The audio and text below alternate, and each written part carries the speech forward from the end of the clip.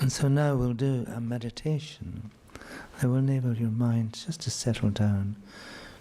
You made the effort to come here and perhaps overcome some obstacles. And so now we can create our own peaceful mind.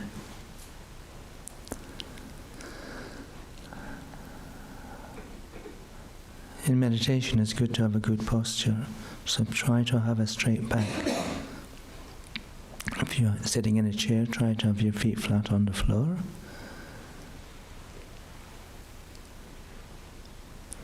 If you wish, you can place the back of your right hand in the palm of your left, like this, and raise the thumbs so the tips of your thumbs touch gently together, and relax your hands into your lap.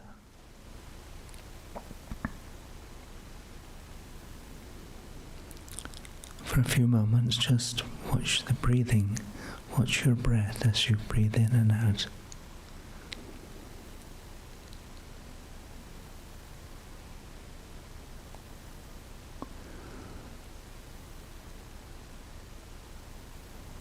Often when we're trying to meditate, it seems like our mind gets even busier. All kinds of thoughts start appearing.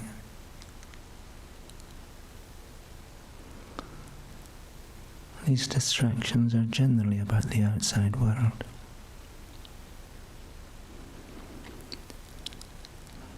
So we can deal with them by just imagining that the whole outside world disappears. So bring to mind an image of planet Earth.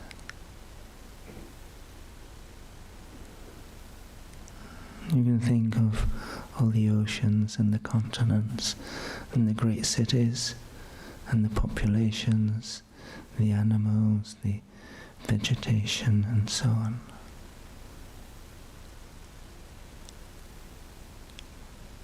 And then imagine that planet Earth is dissolving from the edges inwards into empty space.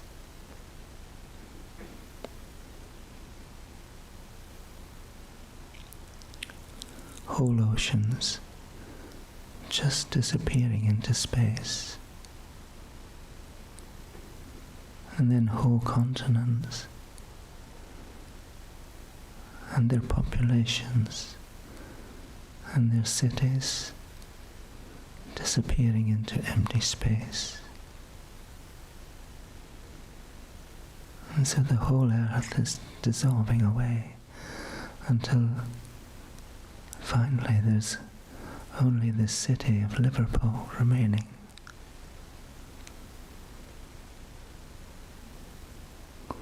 With all its buildings, its river, its docks, its parks, its population.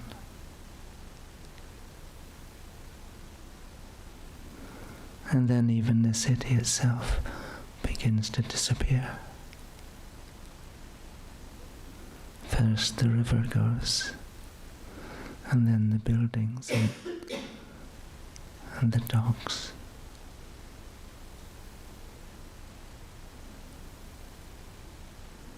And the parks, the hospitals, the schools, the houses, the whole population, until all that remains is this room. As if the room is suspended in empty space.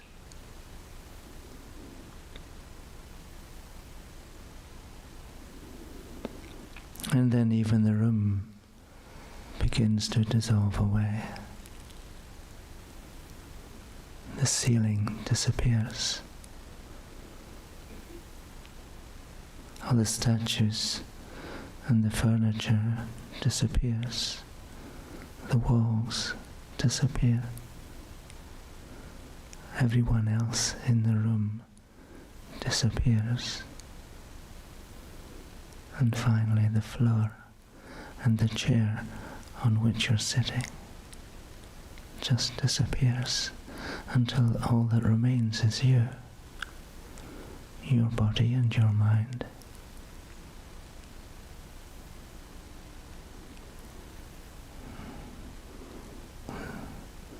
So bring your mind now just to watch the sensation at the tip of your nose. As you breathe in, it may feel slightly cool, and then as you breathe out, slightly warm.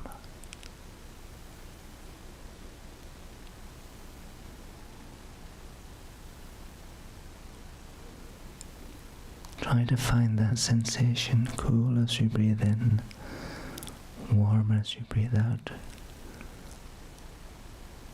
The difference is very slight, barely noticeable.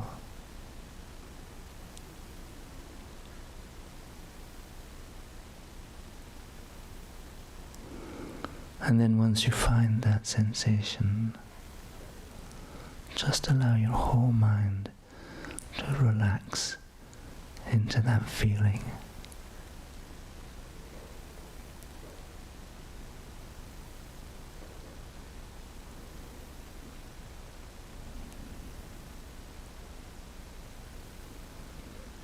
So the only thing that's appealing to your mind is that sensation.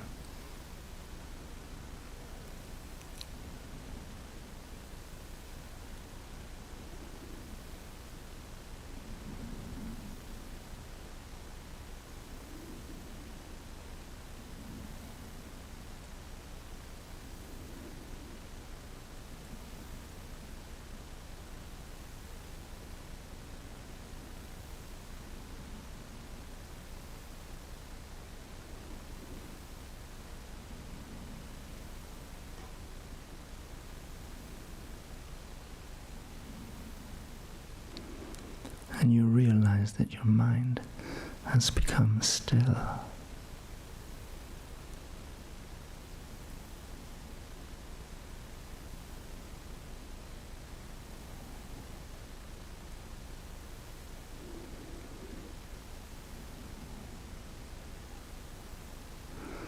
When your mind becomes still like this, then a deep feeling of peace and contentment will naturally arise.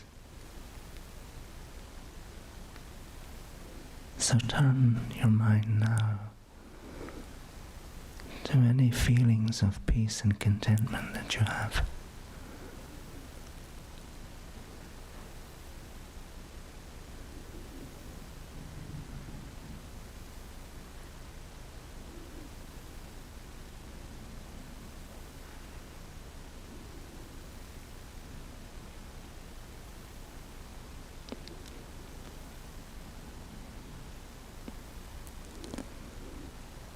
These feelings naturally arise when your mind becomes free of the turbulence of distracting thoughts.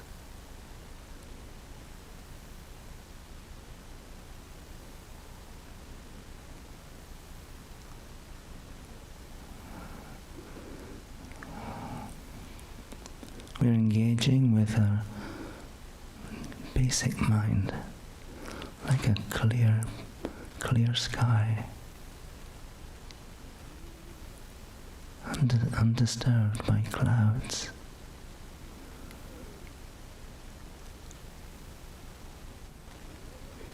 And our mind is completely at peace. We feel content.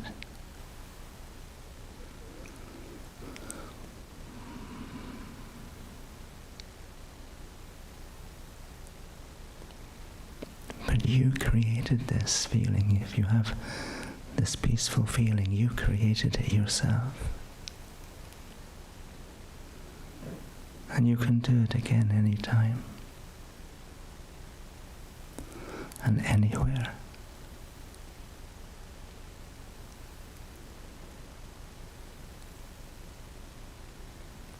So when you arise from meditation in a few moments, just try to remember these feelings of peace and contentment.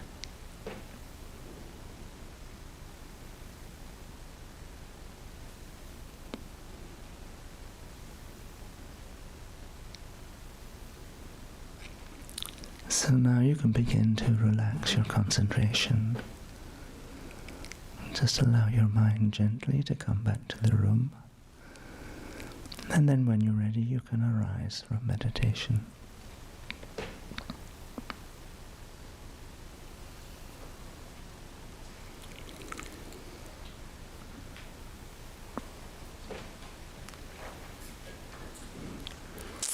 So you realize that in that meditation you let go of everything.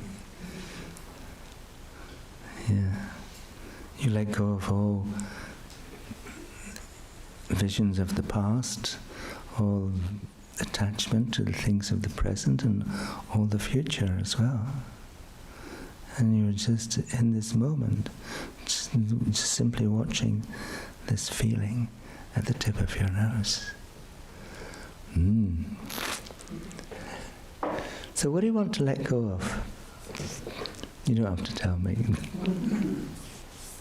Yeah, it's almost like we all have things that we grasp onto, things from the past, things from the present.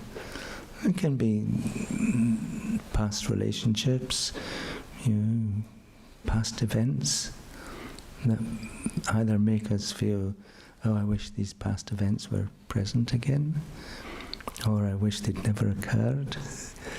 Yeah. It's almost like we can't find our peace and happiness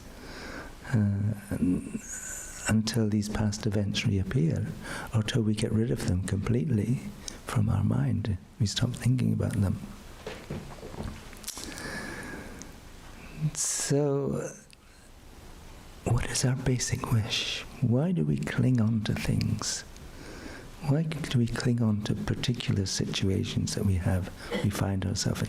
So it's almost like just clinging to a riverbank, and the flow of the river is going by. Other people are flowing down the river, but we're clinging to the riverbank.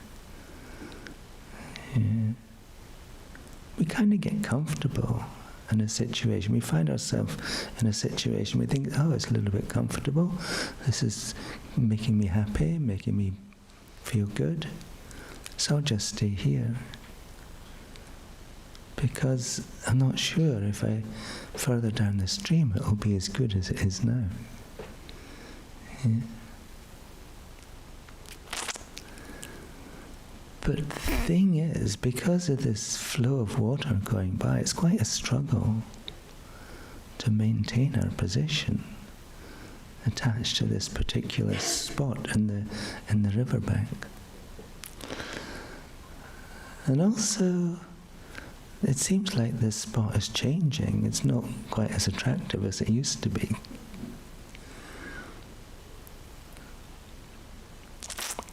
So this is part of our problem, that what we're doing is looking for something externally for our source of peace and happiness. Yeah. And we all do this. We all think, well, if I get the right situation, if I just get the right set of conditions in the external world, then I'll be happy. I'll be free of problems. Yes, no. Yeah. But the problem is, well, there's two problems associated with that. We're kind of searching in the wrong place for happiness. We're searching in a place where happiness does not exist. Because happiness and freedom from problems are simply a state of mind. Simply a state of mind and nothing else. You can, for example, if you imagine what your best vacation would look like, and you're on this vacation, and everything around you is perfect. You have the perfect companion, the perfect little snacks on the beach, the perfect little blue drinks. I'm not sure what they are, but it seems blue is a nice colour. And the perfect sunshine, not too hot, not too cold, and beautiful birds in the background, and the gentle noise of just waves crashing on the beach, and the beautiful colours in the trees and the plants around you. And it's perfect. And you're so happy and you're so much at peace. And then your companion says something that you don't like. And you get a little bit irritated. And then you realize that all this sand is, beautiful sand is getting in your sandwiches.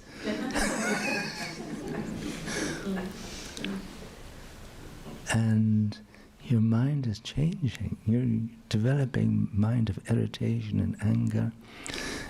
And your situation is no longer perfect. All that's happened is that your mind has changed. And your experience of this environment that you find yourself in, your experiences have changed. Yeah. And you come to realize that it's a new environment for you. It's not the same environment that you had before you had this argument. Because the environment just exists in dependence upon your mind. In one moment you have a beautiful environment, the next moment it's an ugly or an ordinary environment. It's two different environments. And the change has arisen because your mind has changed. Yeah. So how do we get back to this feeling of peace? Yeah. We have to let go of the new environment, which has been unpleasant, appears to be unpleasant, and we have to recreate with our mind the previous environment. But what we do instead is wait for the environment to change back again. Yeah. Wait for the sand to disappear from our sandwiches, and wait for the companion to be less annoying.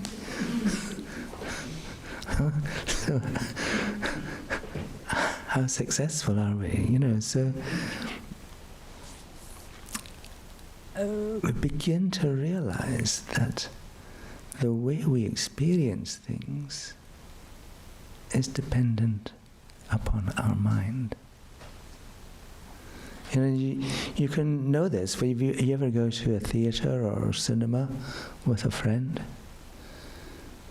No, just go on your own all the time. So if you go and two people experience sitting watching what they think is the same movie, and you come out and you say to your friend, "Oh, that was amazing." Your friend says, "What are you talking about? It was rubbish." The implication is that you've been watching two different movies. Yeah. You think it's the same title, the same actors, but it's two different experiences. There is no movie, no film outside your mind. It's your mind that's experiencing it, and all of our experiences are inside our mind. Also,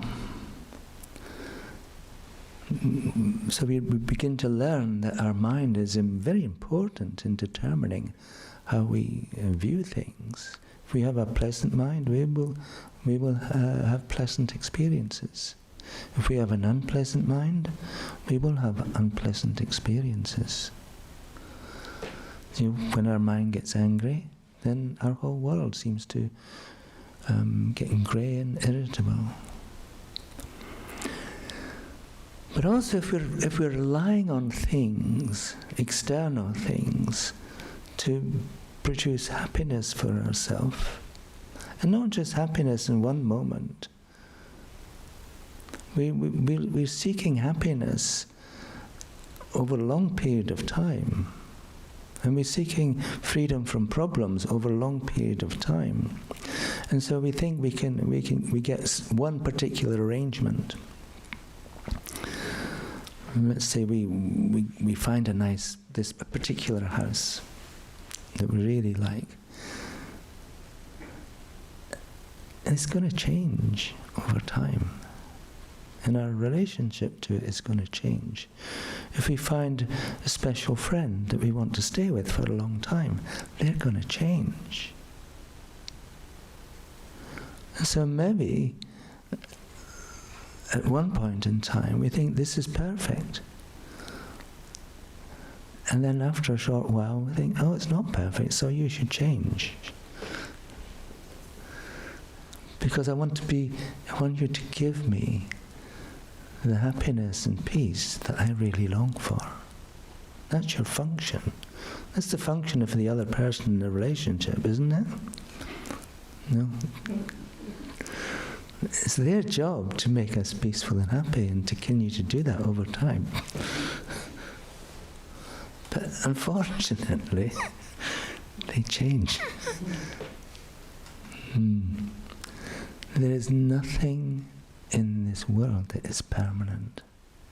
Everything is changing, and it changes moment by moment by moment. Think of it, just think of yourself. For example, you came in to this room about half an hour ago. You have the same name, but are you the same person? That's a thought. Already you've changed. Your body has changed, and your mind has changed. Yes, no. So you come to realize that every moment you are changing.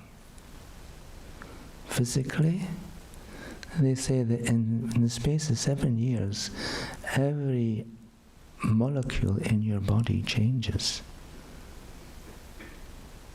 So you're changing moment by moment, and every moment your mind is changing.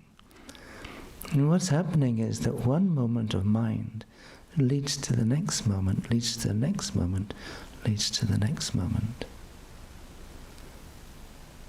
So if we're depending upon the external world as our source of peace and happiness, even if we could arrange everything to be perfect for us, it would change and it would no longer be perfect. So if our basic wish is to find lasting peace and happiness, we can't depend upon the external world, because it's changing constantly. Yeah. So where do we find if happiness is a state of mind, we need to be able to look inside our own mind for our lasting peace and happiness. We need to create the causes of our own happiness within our own mind. So that's the essence of all of Buddha's teachings. How do we do this? How do we accomplish this? We have to be able to look into our own mind and find the aspects of our mind that are preventing us from finding happiness and peace. So, take anger, for example. What happens to your happiness and feelings of peace when you get angry? They're destroyed, they disappear. You can't be peaceful when your mind is angry, when you have anger in your mind. So one of the things we need to be able to do if you want to be happy all the time is to get rid of anger. Why do we get angry? Because the world that's appearing to us in any moment is not as we would wish it to be. We always want it to be different. We have a set view of how the world should be, and when it's not like that, and that includes other people and so on, when they're not doing what they're supposed to be doing, then anger, we get unhappy, We get unhappy because we find ourselves in a world that we're not expecting, we don't want. And so we want it to change, and this feeling, this unpeaceful feeling arising from anger, causes us to, what do? We speak angrily towards someone else. Or other things. We want to change the world back to the way in which we want it to be. You ever been angry? Yeah. Today? Anger arises so easily in our mind. We're so familiar with being angry, but we're much less familiar with the opposite minds of love and compassion. Another aspect of mind that we have to look at that causes us to be unhappy and fail to find freedom from suffering is attachment. We get attached to things and people and places and enjoyments in particular situations. Why? Because we think that they provide us with the peace and happiness we're longing for.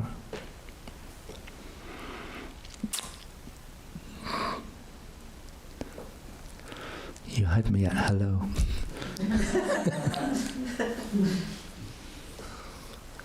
So, sometimes it's very easy to get attached to something or someone. A new person walks into our life and we think, wow. And we have this image of who they are. And then we think, well, if I go back to the same cafe again tomorrow, I'll get to see this person again. And maybe I'll introduce myself and so on. But I have to go to work tomorrow, but that's okay, I can skip off for a few hours. And so we all start doing all kinds of crazy stuff just to pursue this object, thinking that this is going to be the real source of my happiness. Yeah. Then we establish a relationship and then I think this is perfect. And 3 weeks later, oh, you're perfect, but now you must change.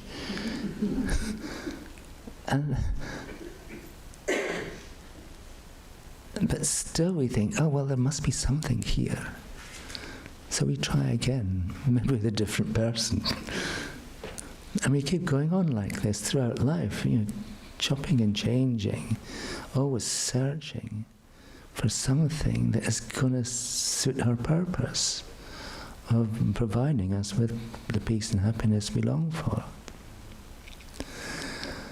And there's two things wrong with it. First, we're just setting ourselves up for failure.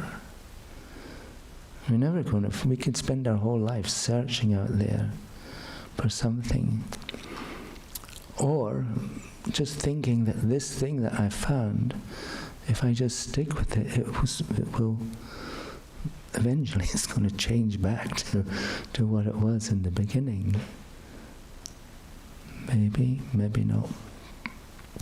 But the thing is, while we stuck with this image of how things were or how things ought to be,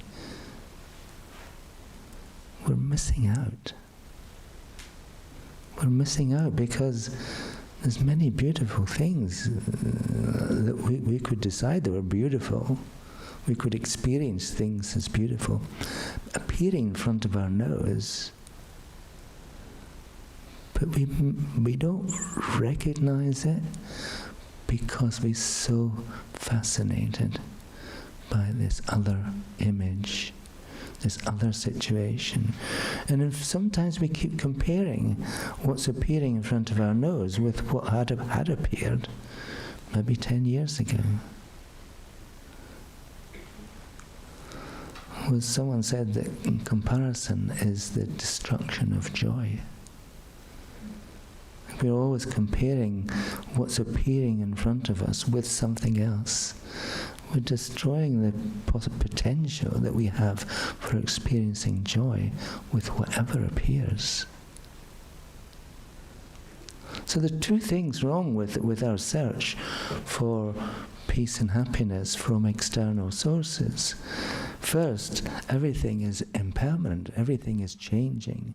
So as soon as we grasp at something or other, in the next moment it's changed. It doesn't last. And so if we're relying upon something external as a source of happiness, we're always going to be disappointed. Always. We're never going to fulfill our real potential for happiness. Which is a great shame, because all we have to do is look inside our own mind. You begin to create a loving, compassionate heart. And that will never let you down. That will never disappoint you. Because the more love we have in our mind, the happier we become, paradoxically. Love simply means wishing for someone else to be happy. So the more we're wishing for others to be happy, the less concerned we are with our own happiness, and therefore the less concerned we are with whatever's appearing or not appearing. Yeah. And so naturally, we don't get fixated with one particular part of the riverbank. We don't think this is my set piece and forever. There are many other places, and I'm not even dependent upon places. It doesn't really matter where I am. As long as I have this mind of love and compassion, I can take it anywhere. Anywhere I go, we can be happy and peaceful. It doesn't matter who's appearing or who's not appearing. And the very fact that we're clinging to things can create problems for us finding real happiness within our own mind. So one of the ways in which we improve our mind is with meditation. But for meditation to be successful, we've got to create a practice for ourselves that is kind of regular, daily. Like we wash ourselves, we clean our teeth daily. We should be cleaning our mind daily. Yeah. And so it means that we kind of want to have a place where we meditate. And we want that place to be conducive to meditation. So one of the things it should be is fairly uncluttered. Yeah? Imagine if you go into where your cushion is and it's just surrounded by papers and magazines and so on. You're just surrounding yourself with distractions. So you've got to take all the distractions out. You've got to unclutter the space.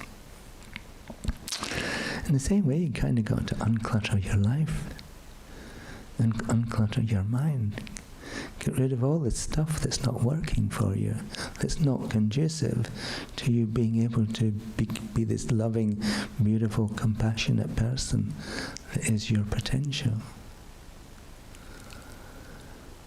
So if there are places in your life, people in your life, some aspect and some feelings you have about yourself that are obstructing you finding your loving, compassionate self, the real source of your happiness, then maybe we should just let these things go. Let these people go. I'm not saying that we abandon people. What would it mean if we abandoned people? It would mean that we stopped wishing for them to be happy.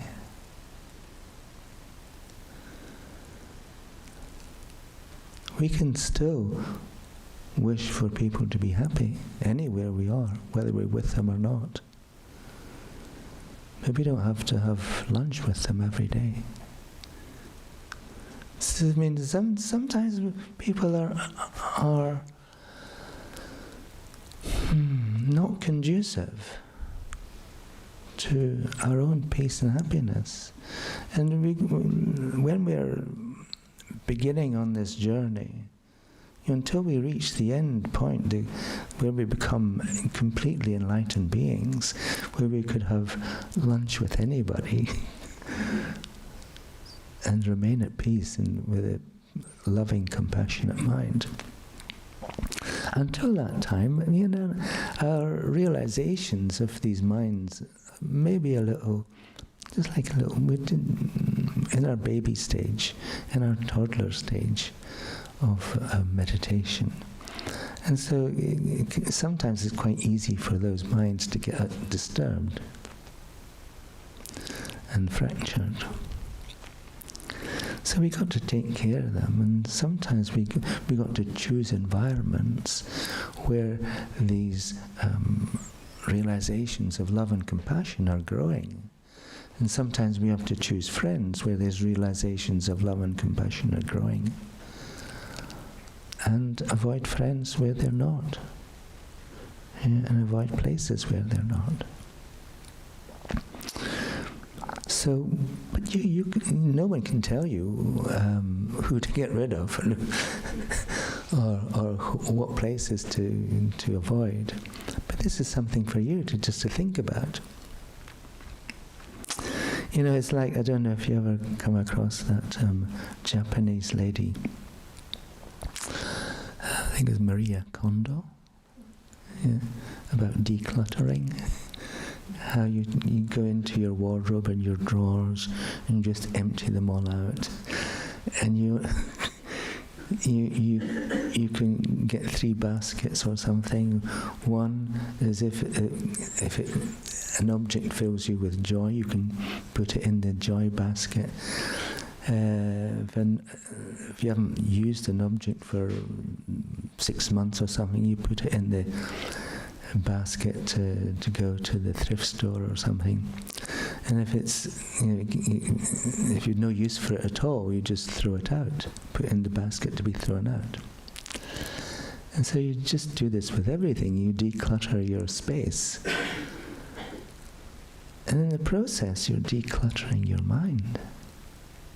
You can do it with other things in your mind. It means you're thinking about something and you're deciding whether it's conducive to your wishes to find real happiness or not. And if it's not, why are we still relating to it? And sometimes it's a job. Sometimes, there are people who stay in a job because the salary is good. But otherwise, they're not enjoying. They're not experiencing any joy in their situation. They call it golden handcuffs. They stay there for the salary, but maybe if they just let go of the salary, leave the job and go and do something else completely different, they would experience joy. Sometimes we find ourselves in a job where we have to work all hours, and it's kind of difficult to rest and enjoy anything else. Some lawyers, some professional people are like that, lawyers, architects, for example.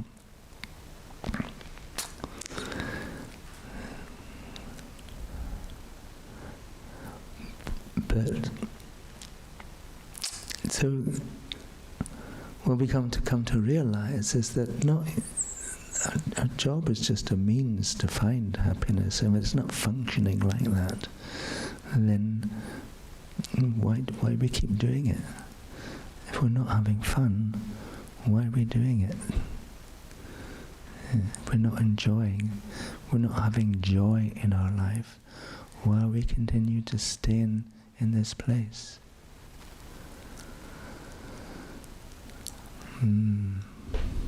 How do we let go then? We just decide. We make a decision. This is not serving my quest to find real happiness and a real meaning for my life.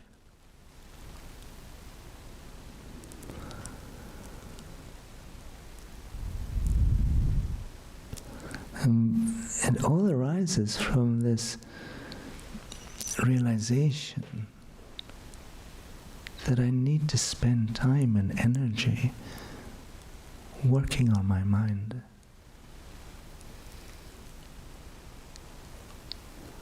So how do I do this? Well, you come here and you listen to Buddha's teachings. Listening is also reading. I mean, my teacher has written some 23 different texts like this one. It's the new 8 steps to happiness. It's nice there's only 8. Anybody can do 8. So if we follow these instructions in the meditation in these and other texts, we're beginning to create the causes of happiness and freedom within our own mind. And once we do that, once they're there, there's nowhere else for them to go. They're there permanently. And permanent means not just for one lifetime. The only certain things in our life are these 2 things, death and taxes. Yeah. So we all know we're going to die. But what happens after we die? We leave this body behind, and our mind just leaves this body and goes into its next life. So we get so fixated on what this life is like, and we kind of don't realize, or we forget, that we will have another one after this, and another one after that one, and another one after that one. So the question is, when we're clinging onto things from our past or our present, is that obstructing us creating the cause of happiness, not just in this lifetime, but in future lifetimes?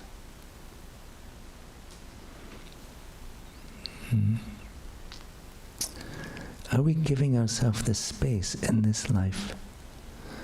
Having decluttered our life, we got some space to begin to work to create the causes of happiness in this life, to be able to become more loving. We're not familiar. Of course, everybody has moments when we're loving, when we're wishing for others to be happy and we're not expecting anything back. We all have moments of unconditional love. But most of our wishes for others to be happy are contaminated with attachment to our own wishes. I want you to be happy because I want you to be able to make me happy. Yeah. So it's like a trading. I'll make you happy if you make me happy. Yeah. But how would it be if we just have the thought, I don't care what you do, what you've done in the past, what you might do in the future. I just want you to be happy, full stop. No conditions. And this is just such a beautiful, pure experience, pure mind. Imagine if we had that for everyone. And the thing is, if you're just having it for 1 or 2 people, it can obstruct us from being able to have it for everyone. You know, a complete stranger comes into our life, and what are we normally doing? We're checking them out.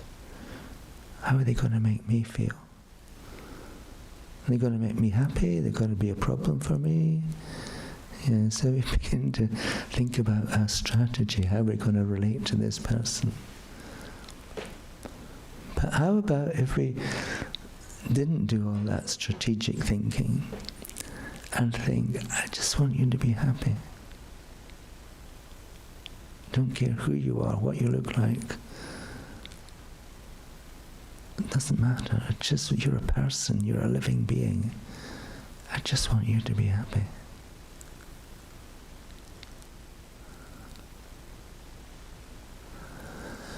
How would that feel? You would find, if you had this for every person, you'd just experience joy all the time. Because that mind itself is the source of your happiness. It causes you to be happy. You know, we've all had the experience at one time or another of holding a small person in our arms. Yeah, a baby, or a kitten, or a puppy. Yeah. If you haven't, you can go down to Liverpool One and see someone with a push chair, ask to borrow their baby. And just hold the baby in your arms for a few moments. And you say, I'll give it back, don't worry. When you're thinking of this small person, what you're thinking? You're just thinking, I just want this person to be happy for their whole life. Never have any problems. Yeah. Unconditional love. If you can have it for babies, you can have it for toddlers and teenagers and young adults and middle-aged adults. You could have it for anybody, because we have that mind. We have that potential in our mind to have that thought. And what's stopping us? We're clinging to our own views about how the world should be. Yeah. I like this type of person, but I don't like that type of person. Yeah. And this is a view. It doesn't come from anywhere. It's something that we've learned. It doesn't come from anywhere else. And if we could break that down, if we can let go of our own opinions about how the external world should be, then our world opens up to be able to have that mind for anybody. They don't have to be babies or puppies or kittens and so on. It seems so easy. People just love, stroking people's dogs and kittens in the park and so on. But other people, not so much. Why is this? Because we've trained our mind to have a particular way of viewing how the world should be. And so just get rid of all that stuff, because it's not serving you. It's not serving you. So you need to be able to look at everything in your mind that's holding you back because you're stuck. And if we just let go, we'll give ourselves the space to be able to find the real source of happiness within our own mind. It's not out there. There's a little quip that I delight in. This guy says to his girlfriend, I'm sorry, I'm going to leave you. I'm going to California to find myself. And she says, well, what happens if you're not there when you get there?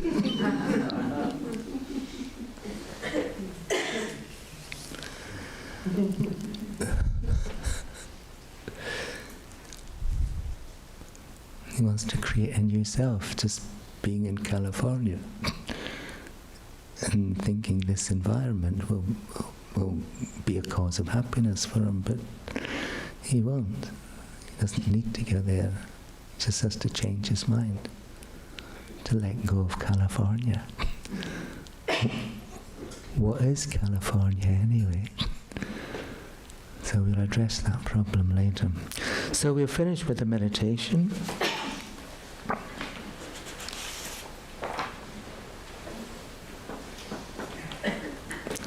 One of the ways in which we can identify what we need to let go of is just by watching our mind.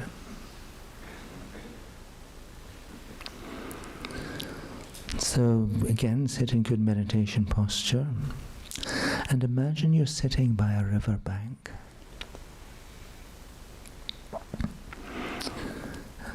And the water in the river is very pure and clear, like crystal.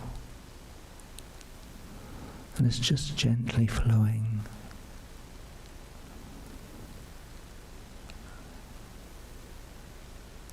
It's just like your own basic mind, which is crystal clear and gently flowing. And then, as your gaze is directed just at the water,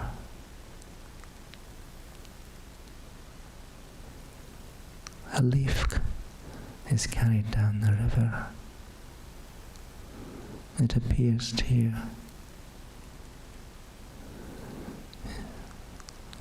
And you just note it. You just think, that's a leaf. You don't make any judgment about it. You don't think it's a beautiful leaf or an ugly leaf. Just a leaf. You note it and let it pass away.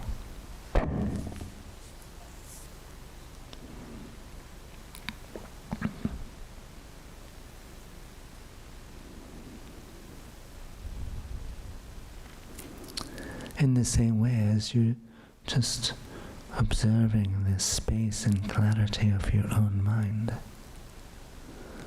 a thought will arise. You just note it and let it pass away. You try not to follow it, to see where it goes. You don't make any judgment about it.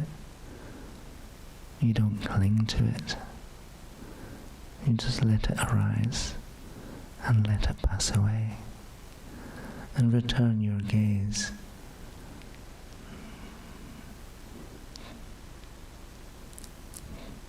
to the clarity and clear nature of your own mind, just as you gaze at the water, the crystal clear water in the river. So just sit in meditation, watching your mind, watching what appears, and letting it go.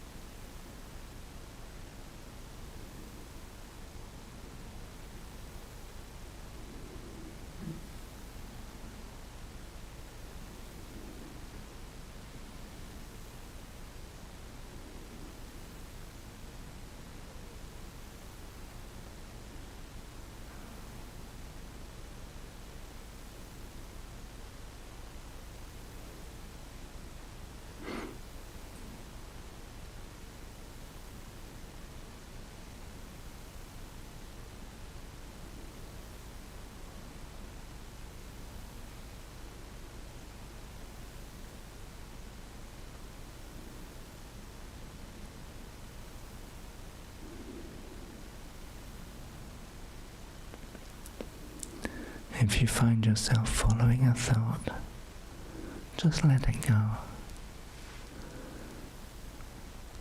And bring your focus of your mind back to the clarity of your own mind.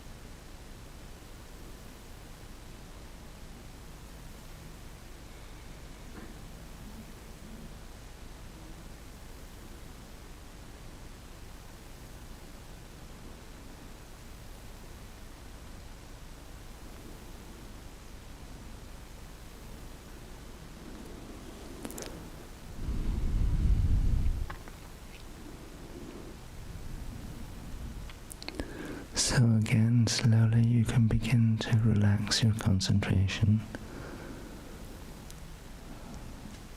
And when you're ready, you can arise from meditation.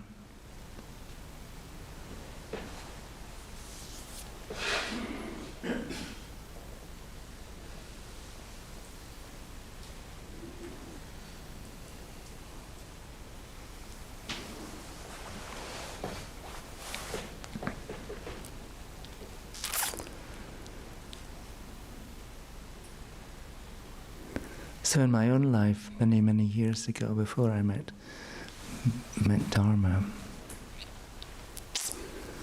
I had a cool idea that I would buy an old property, like an old cottage in the country, and do it up and remodel it and have this really cool smart home.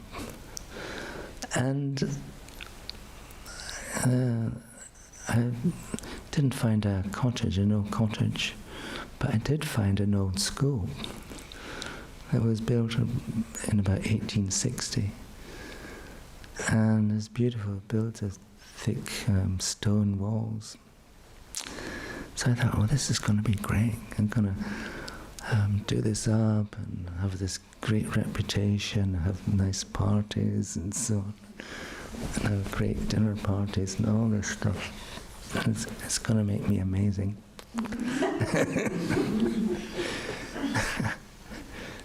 But it just gave me a lot of financial problems and building problems and flat roof problems. Anybody who has a flat roof, you have a problem. And so eventually we turned it into a Dharma center after I met Dharma, because there are these nice big rooms here with old classrooms. And so it began to function as something a little meaningful, but it still had all these problems going on. And it was just draining my money out the door, you know. So eventually, my teacher, Geshe Kelsang Gyatso, asked me to go to the United States and teach there in Atlanta. And so I went there, and then I was able to let go of this huge burden, this huge white elephant that I'd been clinging to for something like 15 years. Yeah. And it was like putting a huge rock down that I'd been carrying around with me for a long time.